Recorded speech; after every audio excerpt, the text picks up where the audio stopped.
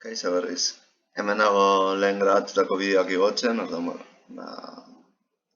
YouTubera igotzen nabil, goian YouTubeko kontua daukazu eskuman, sortu edo kargatu bideoa, aukera daukazue, eta posible da bertara igotzea, eta ondoren publiko zein pribatu bihurtu, aukerak ematen dizkizu YouTubek, eta ondoren, esteka daukazu, goian dagoen URL-a, pribatoa da, ikusgaitza, inork ez du ikusiko, esteka eman ezean eta publikoa bada, edo nork.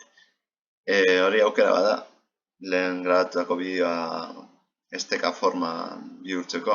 Beste aukera bada, drivera igotzea. Kasu honetan, fitxategia kargatuko dugu, Windows gehi G horrekin grabatutakoak, nire kasuan erabiltzaileak bideoak eta kapturak izeneko toki batean daude. Eta orduan, bakarri da aukeratzea gure bideoa eta drivera igotzea. Beste gauza da, behin igonda eta partekatze esteka lortuta, ea ikusi daiteken zuzenean, agian beharko da komplementoren bat horretarako, edo beste aldean dagoenak agian deskargatu beharko du artxiboa eta ondoren ikusi. Zehazki orain ez dakit. Baina, posible da berez fitxategia drivera igo eta esteka bat lortzea, gero Moodleen esteka hori jartzeko. Ordean ikusten duzuen bezala, kargatzen dago, eta behin kargatzen dela, hau komikeak atara baritzu zara, partekatu, eta horre eskuratu esteka bat.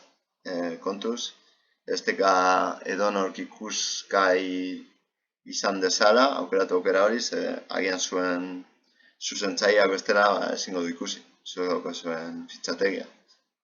Dena den, ziurtatzeko zuzenean bideo formatoan ikus daitekeela, kargatu da, por fin. Ikusten duzuen bezala, ezin da ikusi ez badaukago aplikazio bat horretarako propioa. Baina, berez, igo da ziur, egongo da hemendik. Orduan, jartzen badute egutegi digitala. Edo, hiru puntuak hemen, partekatzea posible izango da.